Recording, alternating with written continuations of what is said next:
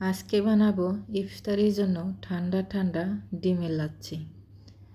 দেখে মনে হচ্ছে না এটা ডিমের লাচ্ছি, মনে হচ্ছে পায়েস। এক ডিম দিয়ে আর হাফ কেজি দুধ দিয়ে ডিমের লাচ্ছি বানাতো খুবই সহজ, ঝামেলা নেই। আসসালামু আলাইকুম, বৃষ্টি ব্লগ অ্যান্ড রেসিপি থেকে আমি বৃষ্টি বলছি। সবাই কেমন আছেন? আশা করি নিশ্চয়ই ভালো আছেন। আমিও আলহামদুলিল্লাহ ভালো আছি। আমার ভিডিওটি যে যেখান থেকে দেখতেছেন কাছে দূরে তাদের অসংখ্য ধন্যবাদ। ভিডিও দেখার সময় প্লিজ লাইক দিয়ে ভিডিও দেখবেন, ফুল ওয়াচ করবেন, আমার ইউটিউব চ্যানেলটা সাবস্ক্রাইব করবেন।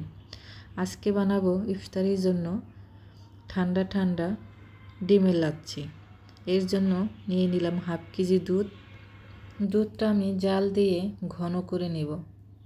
আপনারা চাইলে গুঁড়া দুধ দিয়েও বানাতে পারেন, গুঁড়া দুধটা পানি দিয়ে গুলিয়ে বানাতে পারেন। আমি লিকুইড দুধ দিয়েই বানিয়ে নিলাম।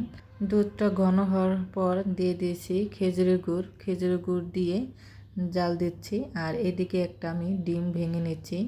এই ডিম দিয়েই ডিমের লাচ্ছি বানাবো। ডিমটা ভেঙে আমি ফাটিয়ে নিলাম। তারপর এই যে দেখেন, খেজুরের গুড় দেওয়ার পরে দুধটা কত সুন্দর কালার আসছে। এই লাচ্ছিটা চিনি দিয়েও বানানো যাবে, তো খেজুরের গুড় দিয়ে বানালে কিন্তু খেতে খুব ভালো লাগে। তারপর আমি ডিমটা আস্তে আস্তে ঢেলে দিচ্ছি। একসাথে সব ঢালা যাবে না, তাহলে কিন্তু একটাই জমাট বেঁধে যাবে। একটু একটু করে দিব আর নাড়তে থাকবো। আর চুলার আঁচটাও এখন লোতেই আছে। আর এখন দিলাম 2টা এলাচ, 2 টুকরো দারচিনি, তারপর সামান্য পরিমাণে একটু লবণ। মিষ্টি জাতীয় একটু লবণ দিলে খেতে কিন্তু ভালো লাগে। লবণ দিয়ে এখন আরও বেশ কিছুক্ষণ জাল দিব। এখন কিন্তু অনেকটাই ঘন হয়ে গেছে, দেখেন কত সুন্দর হয়েছে। এখন আমি নামিয়ে নেব। খুবই ঘন হয়েছে, কালারটা অসাধারণ হয়েছে।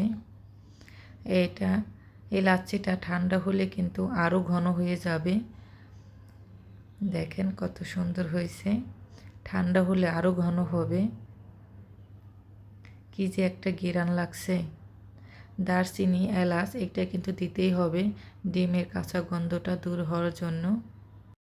ডিমের লাচ্ছি কিন্তু রেডি, খুবই সহজ, তাড়াতাড়িও কিন্তু হয়ে যায়, ঝামেলা নেই।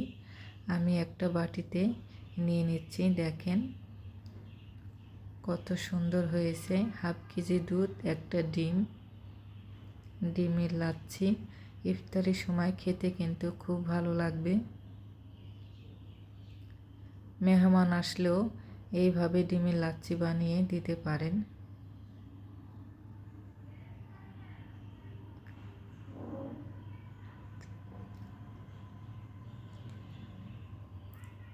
মজাদার। তো ভিডিওটি যদি ভালো লাগে লাইক কমেন্ট করবেন, শেয়ার করবেন, আমার ইউটিউব চ্যানেলটা সাবস্ক্রাইব করবেন। আর ফেসবুক পেজটা যারা দেখতেছেন আমার ফেসবুক পেজটা সবাই ফলো দিবেন। আমার রেসিপিগুলো কেমন লাগে আপনাদের সুন্দর মতামত কমেন্টে জানাবেন। এখন দিয়ে দিচ্ছি খেজুর কুচি। এটা অপশনাল, দিতেও পারেন নাও দিতে পারেন। এখন খেজুর কুচি দিয়ে আমি ফ্রিজে রেখে দেব ইফতারির সময় বের করে খাওয়ার জন্য। খেজুর কুচিটা একদমই অপশনাল, দিলেও দিতে পারেন না দিলেও নাই।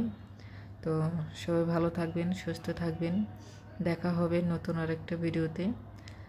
আমার রেসিপিটা যদি কোনো অংশ ভালো লাগে অবশ্যই লাইক দিয়ে দেখবেন, ফুল ওয়াচ করবেন। আল্লাহ হাফিজ।